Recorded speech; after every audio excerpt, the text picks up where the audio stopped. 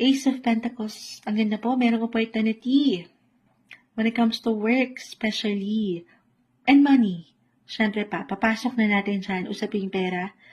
May magandang posibilidad po pagdating sa part na yan. Yes, this is something na patuloy na magmumula sa inyong pinaghihirapan. Pakita natin sa live para naman meron silang makita.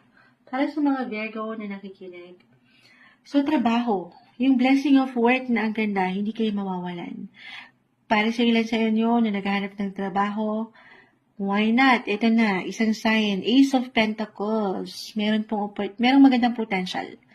Lalo kung bibigyan mo na yan ng pag-aksyon, haharap ka na sa job interview. Ay, hindi. Pahintulutan ng sarili. Try something new.